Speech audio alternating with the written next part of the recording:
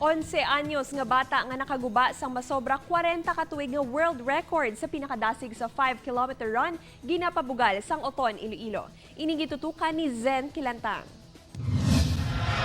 Tuman ang kalipay sang lolo sang 11 anyos nga si Mia Chelsea Gallargan matapos mabalitaan nga nakuha sang iapo ang titulo nga world's fastest 11-year-old sa 5-kilometer run. Si Mia ang bugto nga bata ni Richard Gallargan kag Annabel Clavel nga tumandok sang Oton, Iloilo. Ginbunag si Mia kang nagdako sa Sydney, Australia. Suno sa pamilya sang buhi pa ang amay ni Mia, bonding sang duha ang mga sporting activities. Posible na subli ni Mia ang abilidad sang iya lolo nga si Anay Colonel Roberto Gallargan nga nakadaog sadto sang silver kag bronze medal sa track and field sa 4th Asian Games nga ginhiwat sa Jakarta, Indonesia sang tuig 1962. Kuna nagdaog sa kwan.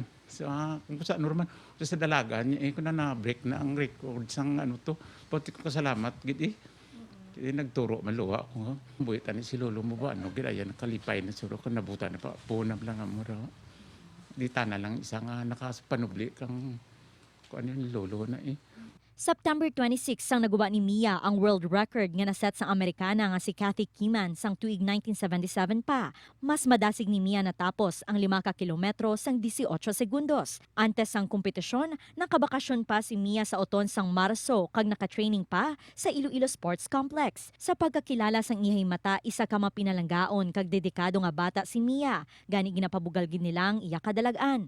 Siyempre na nakibot bala man kami nga muna bala kay siyempre alin sang bata pa na siya muna gid na siya man nga gusto handom niya gid nga isa ka athletic.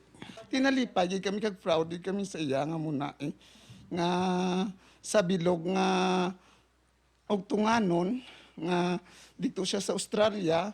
Suportado naman si Mia sang iya pamilya ilabi na sa iya handom nga makahampang sa Olympics. Upod kay Romel Porquia, Zen Kilantang, One Western Visayas.